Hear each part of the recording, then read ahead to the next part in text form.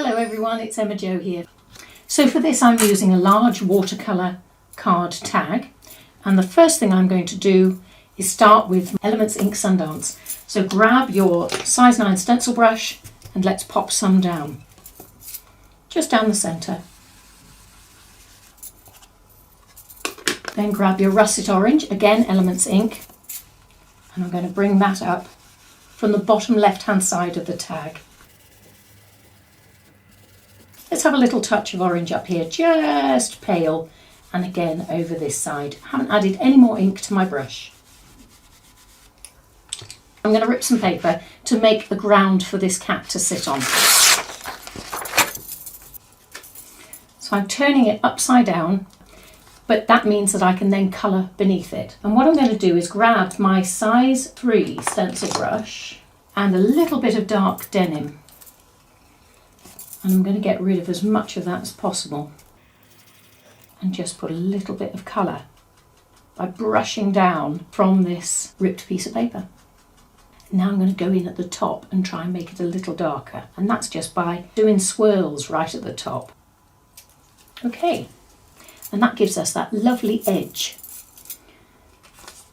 I'm going to do the same because I want a little bit of something happening in the distance, and just do a little bit, tiny. Be surprised how effective just doing a tiny bit of this is. Now I'm going to stamp my pumpkin, and for this I'm going to use Versafine Clair Nocturne and just pop this pumpkin on a bit of a jaunty angle in the bottom right hand corner.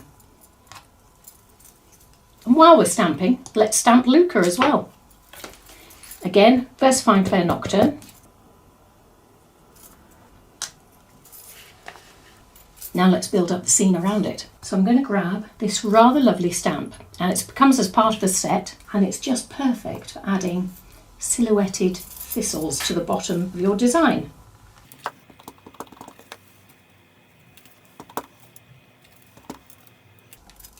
I don't want to hide too much of the pumpkin, so I'm trying to go underneath. For the top I'm going to stamp some willow. So just ink that up in Versafine Clair Nocturne. I love this gentle stamp. It's quite oriental looking, isn't it? Reminds me of silk paintings from Hong Kong. Now I'm stamping off to give us a little bit of depth behind these lovely willow branches. Now we're going to add some more colour around the outside. Let's grab some mulberry and start building up this colour underneath here.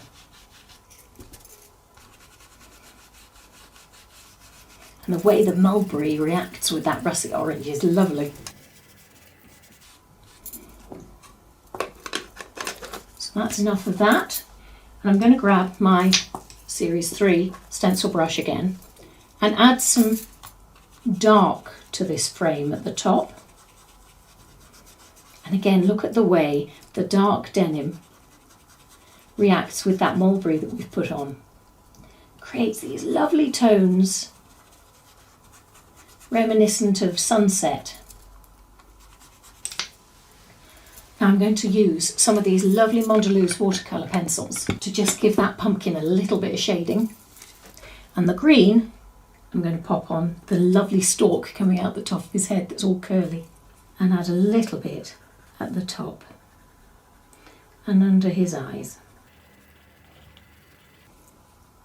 Now this is the yellow, and that's going down the centre panel as much as I can around the top of the eyes.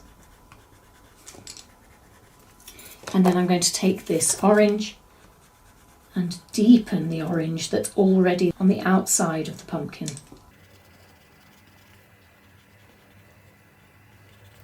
I'm going to take a white and just give a little bit of a highlight to Luca,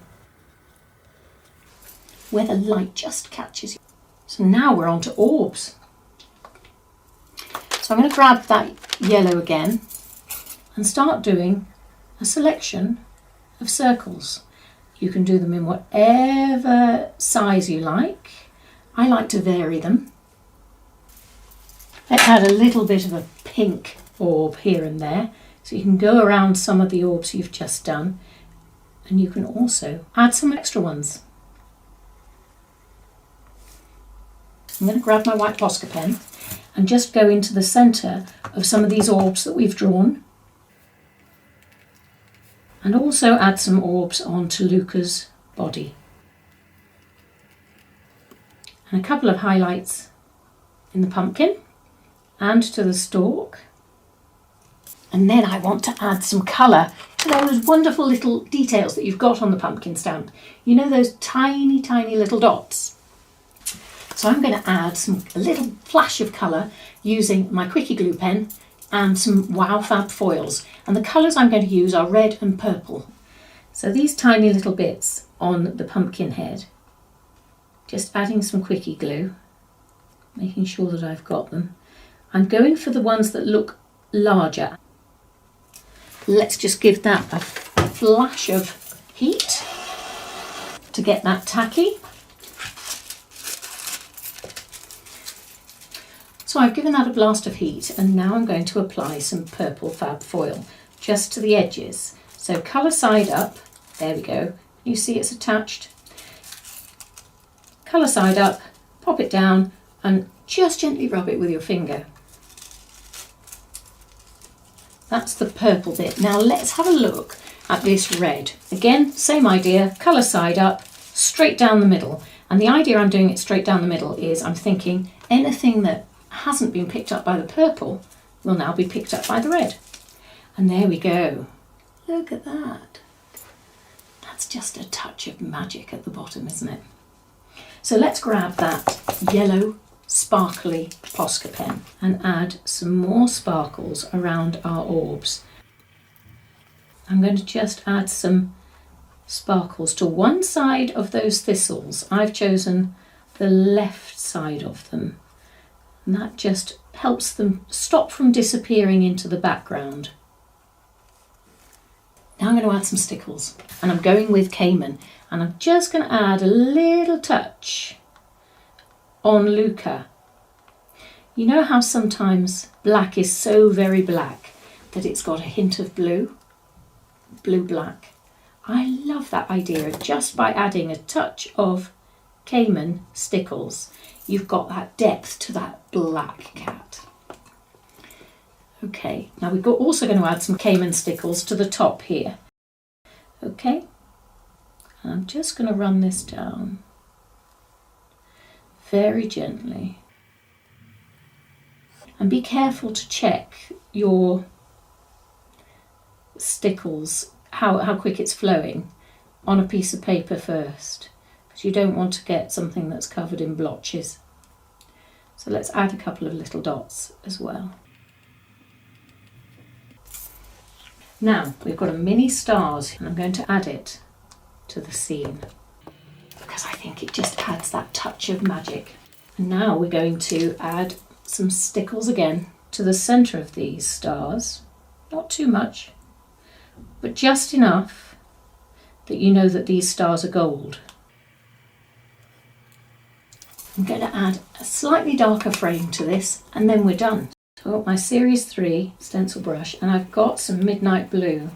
Quite often I'm asked, why do you put such a dark frame around things? Well, one, because it makes the colours pop, and two, because it draws your focus back into the centre, and also because there's something really magical about this appearing out of the darkness. Let's add some words to this. Now there's something here that's called believe in yourself, but I'm going to create my own phrase. So I'm popping yourself back onto its sheet for another day. And I'm going to just cut up my words. So it says, believe in magical things. Don't try and do straight lines. Quite often they go wonky. So go in straight with the wonky and it looks great. Believe in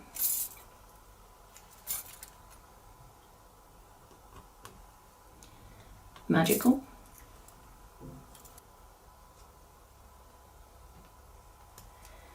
believe in magical things. Now, just add a little touch of shadow underneath. I'm using the Kuretake Real Brush pens. And I've gone for something that tones in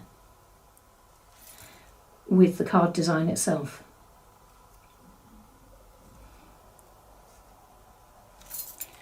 So I'm just going to use my blender pen because maybe I don't want it to be quite as obvious as that.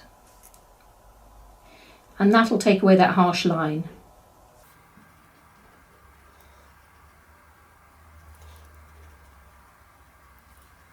Fabulous. And there you have it, my friends. One magical tag where Luca inspires us to believe in magical things. Thank you very much for coming along and having a go making this tag with me today. I hope you've enjoyed yourself. It's been wonderful to have your company. I look forward to crafting with you again. You take care and have fun crafting. See you. Bye.